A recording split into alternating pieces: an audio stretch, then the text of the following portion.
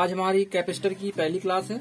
इसके पिछले मैंने बताया हुआ था कि कैपेसिटर की प्रॉपर्टीज के हिसाब पर उन्हें कितने हिस्सों में डिवाइड किया गया है और किनके क्या क्या नाम होते हैं और कहाँ कहाँ पर उनका यूज होता है।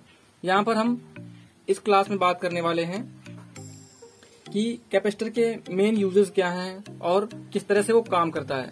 तो पहला हमारा एक सर्किट डायग्राम बना हुआ है यहाँ पर, इसी से हम आपको समझाने वाले हैं कि किस तरह से वर्क करता है।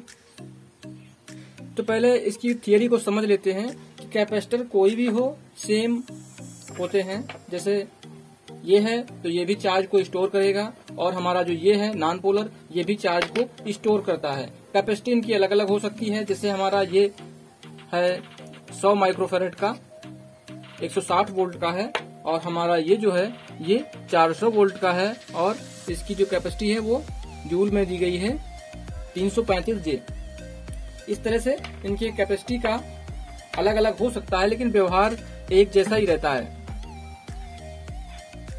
अगर हम इस कैपेसिटर की मैक्सिमम जो कैपेसिटी है वो है हमारी 160 वोल्ट।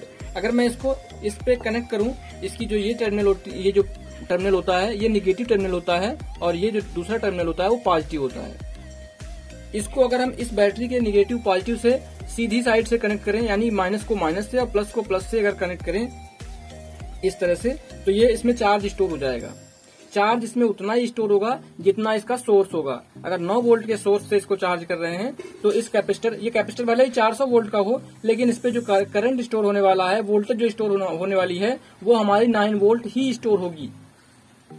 और अगर इसे उल्टी साइड से लगा देते हैं तो हमारा कैपेसिटर जो है ये ब्लास्ट हो जाता है हीट करके।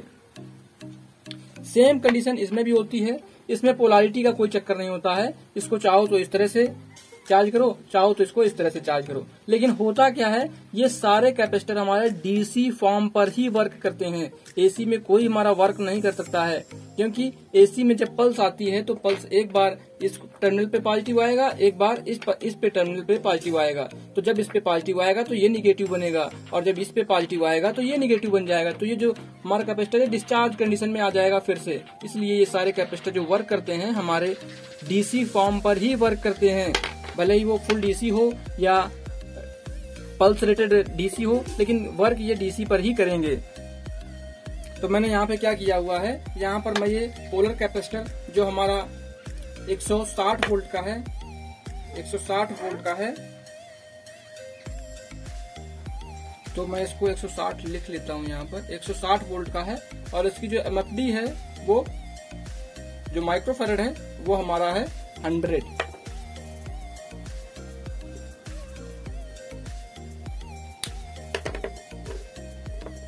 और यहाँ पर मैंने 9 वोल्ट करंट लगाया हुआ है। यहाँ पर 9 वोल्ट की बैटरी मैंने कनेक्ट करी हुई है और इसको मैं चार्ज करता हूँ तो ये उस कंडीशन तक चार्ज होना शुरू होगा। ये शुरू तो करेगा 0 वोल्ट से स्टार्ट करेगा और ये 9 वोल्ट पे आके ये रुक जाएगा। हो सकता है ये 8.999 पर ही रुक जाए। अगर ये हमारा यहाँ पर हम इसका 8 वोल्ट का यूज करें तो ये हमारा ब्लास्ट हो जाएगा यहाँ पर, क्योंकि जो वोल्टेज है ये वोल्टेज उसको तब तक चार्ज करता रहेगा जब ये इन दोनों की वोल्टेजें बराबर ना हो जाएं। ठीक है, तो ये चार्ज हो जाएगा और जिस कंडीशन में हम इस बैटरी को यहाँ से रिमूव कर लें उस कंडीशन में किसी वजह से सर्किट में हमारा वोल्टेज प्रोवाइड होना बंद हो जाए तो ये अपनी वोल्टेज को इस पे ड्रॉप करेगा और वो कंडीशन ड्रॉपिंग कंडीशन में जो लिमिट होती है वो 100 माइक्रोफैरेड जो भी उसकी एमएफडी रहेगी। अगर कम एमएफडी रहेगी तो कम देर तक वो सोर्स उस सर्किट को करंट देगा और अगर ये हमारा जो ज्यादा है, अगर मान लो यहाँ पर मैं 1000 माइक्रोफैरेड का लगा दूंगा तो यहाँ पर वो ज्यादा देर तक करंट प्रोवाइड कर सकेगा। ठीक है, और मैं अगर यहाँ पर एक रेजिस्टेंस लगा दूं, यहाँ पर एक रेजिस्टेंस लगा दूं R1, तब उस कंडीशन में यहाँ पर क्या होने वाला है, वहां पर होगा ये कि जो कैपेसिटर है वो धीमे धीमे चार्ज होना स्टार्ट होगा, लेकिन ये चार्ज 9 वोल्ट तक ही होगा। 9 वोल्ट तक ही चार्ज होता रहेगा। ये ऐसा नहीं मैंने यहाँ पर रेजिस्टेंस लगा दिया है तो इसको वोल्टेज या करंट कम मिल रही है तो ये कम चार्ज होगा। ये तब भी उस कंडीशन में भी हमारा ये 9 वोल्ट तक ही चार्ज होगा। ठीक है फ्रेंड्स, अब मैं अगर इस कैपेसिटर से रिप्लेस कर दूं, यहाँ पर मैं ये कैपेसिटर हटा करके यहाँ पर 400 वोल्ट का लगा दूं, 400 वोल्ट का कैपेसिटर लगा दूं यहाँ पर, तो उस कंडीशन में क्या होगा, इसको पोलराइज्ड कंडीशन से कोई मतलब नहीं है, इसको इधर से भी लगा दीजिए इधर से भी लगा दीजिए, लेकिन जिस साइड से चार्ज इसको किया जाएगा, अगर ये मैंने ये टर्मिनल पॉजिटिव रखा हुआ है, यहाँ से पॉजिटिव करंट पॉजिटिव टर्मिनल पे कनेक्ट किया हुआ है, इसको निगेटिव टर्मिनल पे कनेक्ट किया हुआ है, तो ये इधर पॉजिटिव चार्ज होगा, इधर पॉजिटिव चार्ज होगा, इधर निगेटिव चार्ज होगा। इस तरह से ही चार्ज रहेगा पॉजिटिव और निगेटिव कंडीशन पे, समझ रहे हैं ना आप। पॉजिटिव और निगेटिव इसी तरह से ही चार्ज होगा ये।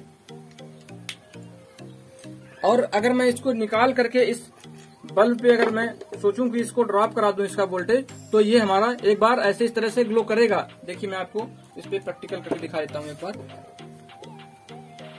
ये मैंने इसको चार्ज किया, तो मैं जब चार्ज कर रहा हूं तो ये साइड को मैंने पॉजिटिव बनाया हुआ है, तो ये देखिए लेग जो बड़ी होती है, बड़ी लेग पॉजिटिव होती है, तो मैं इसको इस तरह से इसमें कनेक्ट करूंगा तो ये हमारा ग्लो करेगा। एक बार फिर से आपको दिखा देता हूं, देखा ग्लो किया ना, इस तरह से ग्लो करेगा।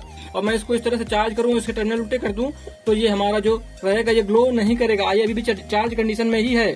और जब मैं इसको इस तरह से इस पे कनेक्ट करूंगा तब ये हमारा डिस्चार्ज होता है।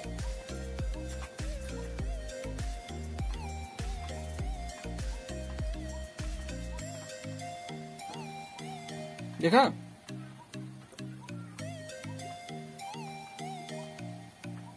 इसी तरह से ये चार्ज होगा। और अगर मैं इसको इससे चार्ज कर दूं तो ये हमारा जो बल्ब रहेगा वो फ्यूज हो जाएगा। तो अगर मैं इसको इससे रिप्लेस कर दूं और इसके साथ में एक एलईडी लगा दूं,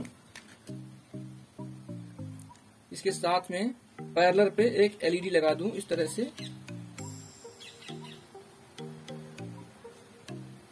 यहाँ पे एक एलईडी लगा दूं और ये बैटरी मैंने इस पे कनेक्ट कर दी है, तो ये चार्ज हो रहा है और हमारा इंडिकेटर जो रहेगा, ये जो एलईडी रहेगा वो भी ग्लो करता रहेगा। और जैसे मैं इसको हटाऊंगा तो कुछ देर तक ये जो एलईडी है ये ग्लो करेगा। किस वजह से? क्योंकि कुछ चार्ज इस पे स्टोर हो गया था। ठीक है, इसको इसके साथ दोहराने वाले हैं, यही प्रैक्टिकल फिर से एक बार इसको हम इस पे कनेक्ट करेंगे। तो जो इसकी लेग जो बड़ी वाली लेग है वो हमारी ये साइड वाली जो है ये पॉजिटिव है, तो इसको पॉजिटिव कर देंगे इस तरह से। ये साइड जो है ये निगेटिव है, इस तरह से इसको हम कनेक्ट कर देंगे इस तरह से, और ये रख दिया है इसको। अब हम इसको इस तरह से मोड़ लेते हैं ताकि दिखाई दे ग्लो उसका।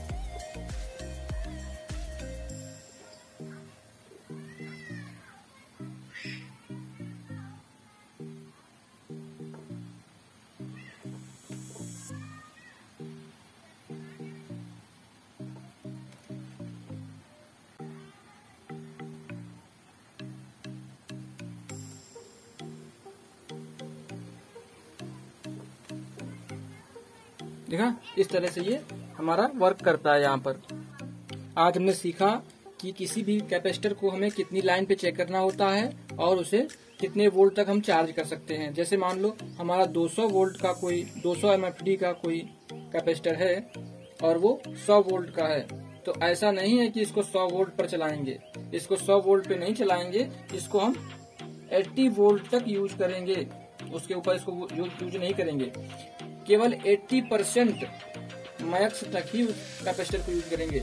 जहां पर हमें जैसे हमारा 200 वोल्ट का कोई फ्लो रहेगा तो वहां पर हम कितने वोल्ट का लगाएंगे, वहां पर 400 वोल्ट का कैपेसिटर यूज करना हमें बेहतर रहेगा।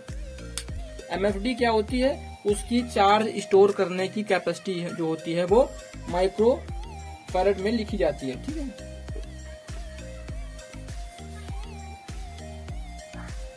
आज की वीडियो में इतना ही। वीडियो काफी लंबा हो रहा है। अगले वीडियो में नए टॉपिक के साथ मिलेंगे।